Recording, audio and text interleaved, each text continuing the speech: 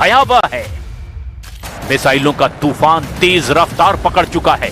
Drone हमलों का बवंडर गगन भेद रहा है।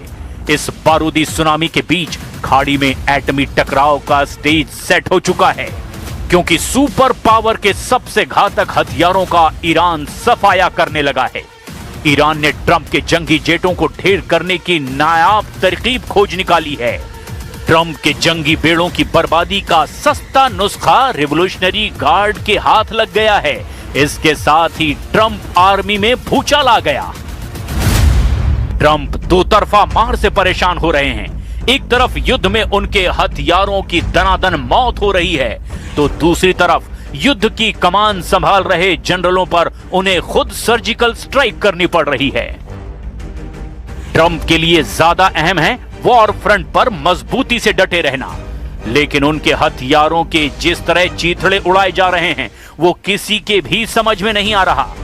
ईरान ने दावा किया कि ट्रंप के सबसे घातक जंगी जेट F-35 को सस्ते हथियार से मार गिराया गया। ईरान की एजेंसी मेहर न्यूज के मुताबिक ईरान फोर्स ने अमेरिका के दूसरे F-35 लड़ाकू विमान का शिकार किया। ईरान ने पहला F-35 जेट 19 मार्च को मिसाइल से हिट कर दिया था और इसके बाद 3 अप्रैल को दूसरे जंगी जेट को भी ढेर किया।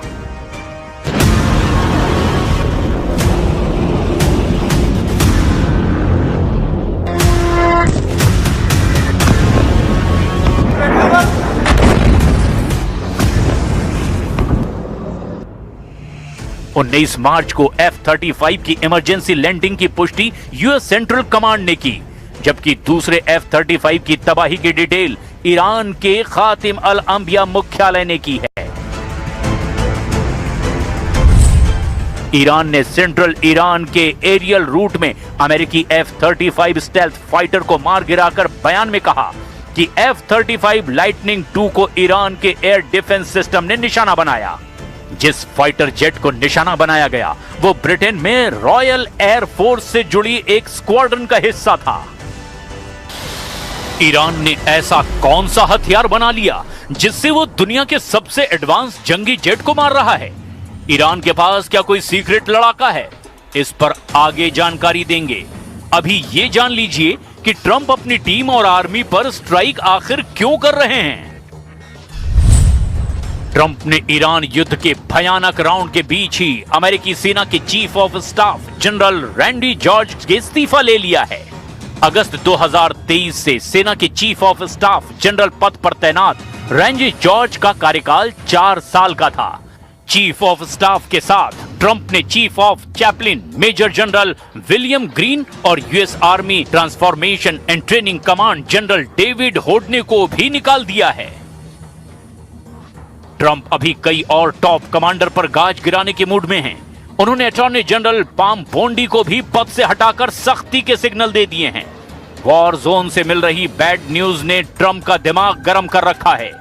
अमेरिका की अजेय हथियारों की तबाही ने ट्रंप की टेंशन दोगुनी कर दी है। ईरान ने अब तक जिन महंगे हथियारों को मार गिराया उनकी लिस्ट हर दिन बढ़ती जा रही है, लेकिन ताज्जुब की बात यह है कि ईरान F-35 जैसे जेट को जुगाड़ की तकनीक से ढेर कर रहा है। साउथ चाइना मॉर्निंग पोस्ट की एक रिपोर्ट में F-35 को गिराने के लिए चीन के एक इंजीनियर के सलाह पर ईरान के साथ काम करने की संभावना जाहिर की गई।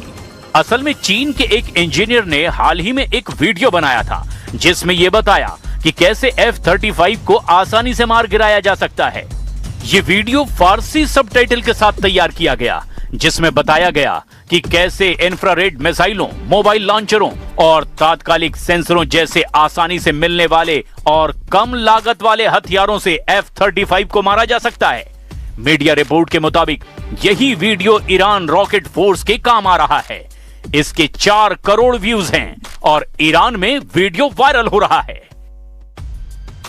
ईरान के हमलों से बचने के लिए ब्रिटेन ने अपने रडार की तैनाती कुवैत में करने की जानकारी दी है। ब्रिटेन ने कुवैत के मीना अल अहमद